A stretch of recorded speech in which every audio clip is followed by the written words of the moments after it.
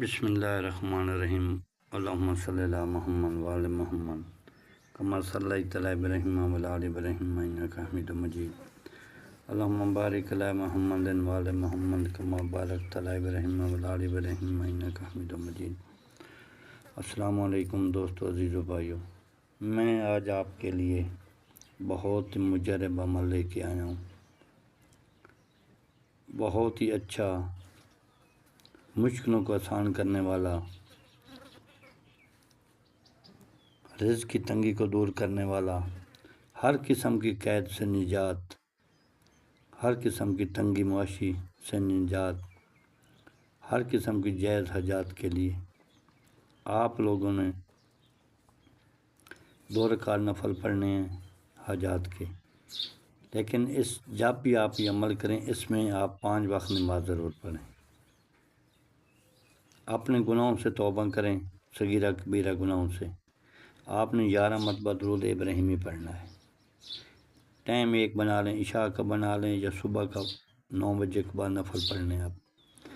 آپ نے 313 مرتبہ پڑھنا ہے، لا الہ الا انت سبحانک انی کنت من الظالمین، لا الہ الا انت سبحانک انی کنت من الظالمین۔ آپ نے اس طرح کہنا ہے کہ اے اللہ، میں ظالموں میں ہوں، میں شر میں ہوں، میں گناہ گار تیرا بندہ ہوں، تو مجھ پہ رحم فرما۔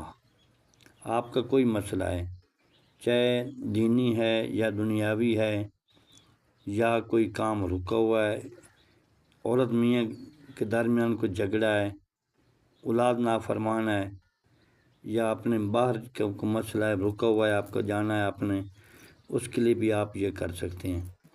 گھر میں ہماری بہنیں بیٹیاں بھی کر سکتی ہیں۔ آپ اس عمل کو کریں 313 مرتبہ، 7 دن، 11 دن، 11 دن تسلی کے ساتھ، لا الہ الا انت سبحانک انی کنت من الظالمین۔